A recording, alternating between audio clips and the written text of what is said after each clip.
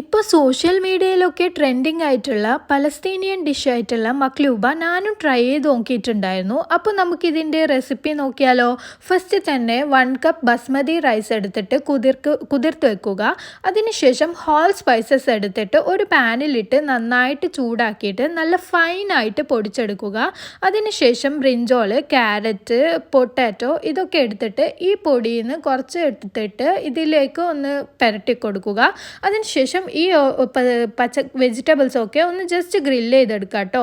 അതിനുശേഷം നമുക്ക് ആ പാനിൽ തന്നെ ചിക്കൻ ഇട്ടിട്ട് ഈ മസാലയും മന്തി മസാലയും പെപ്പർ പൗഡറും മാഗി ക്യൂബ്സും ഇട്ടിട്ട് വെള്ളം ഒഴിച്ചിട്ട് 10-15 മിനിറ്റ് നന്നായിട്ട് ചൂടാക്കാൻ വെക്കാം. എന്നിട്ട് ഈ വെള്ളവും ചിക്കനും മാറ്റി വെച്ചതിന് ശേഷം നേരത്തെ നമ്മൾ ഗ്രില്ല് ചെയ്ത് വെച്ചിട്ടുള്ള വെജിറ്റബിൾസൊക്കെ പാനിൽ അസംബിൾ ചെയ്ത് വെക്കുക.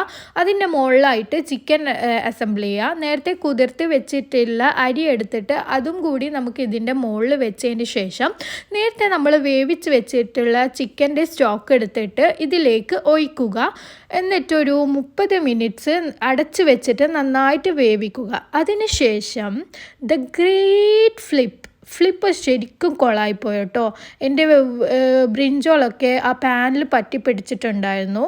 ഫ്ലിപ്പ് കൊളായെങ്കിലും മക്ലൂബ അടിപൊളിയായിട്ട് കിട്ടിയിട്ടുണ്ടായിരുന്നു. നല്ല ടേസ്റ്റി ആയിരുന്നു. നിങ്ങളും ഒന്ന് ട്രൈ ചെയ്ത് നോക്കൂ. ആൻഡ് എൻ്റെ ഈ ചാനൽ ഒന്ന് സബ്സ്ക്രൈബ് ചെയ്ത് സപ്പോർട്ട് ചെയ്യണേ. അപ്പോൾ ഓക്കെ, ബൈ.